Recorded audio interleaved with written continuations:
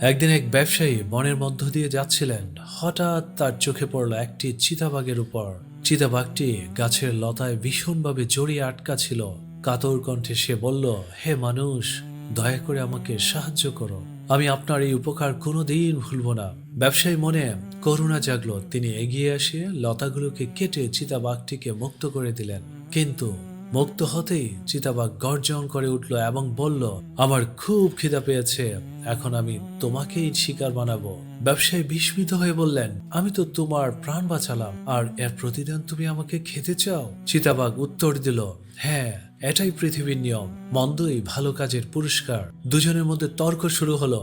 অবশেষে ব্যবসায়ী বলল, চলো আমরা তৃতীয় একজনের কাছে বিচার চাই, তিনি যা বলবেন তাই আমরা মেনে নেব। চিতাবাঘ রাজি হলো। তারা কিছু দূর এগিয়ে একটি গাধার দেখা পেল। ব্যবসায়ী পুরো ঘটনাটা খুলে বললেন এবং বিচার চাইলেন। গাধা দীর্ঘ শ্বাস ফেলে, আমি যখন ছোট ছিলাম তখন আমার মালিক আমাকে খুব যত্ন করত, কিন্তু এখন আমি বড় হয়ে কাজ করতে পারি বলে সে আমাকে বোঝা চাপিয়ে দিয়েছে, তাই আমার মতে নেকির প্রতিদান মন্দই হয়। চিতাবাঘ খুশি হয়ে বলল, দেখলে, বিচার আমার পক্ষেই।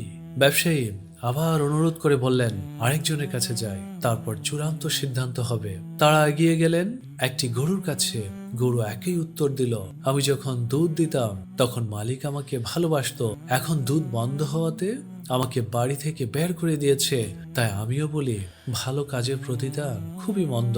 চিতাবাঘ হেসে বলল, দুজনেই আমার পক্ষে, এখন আর কিছু বলার তোমার একেবারেই নেই। শেষবারের মতো ব্যবসায়ী অনুরোধ করলেন, একজন বিবেকবান মানুষের কাছে শেষ বিচার চাই। তারা এবার এক দরবেশের সন্ধান পেল।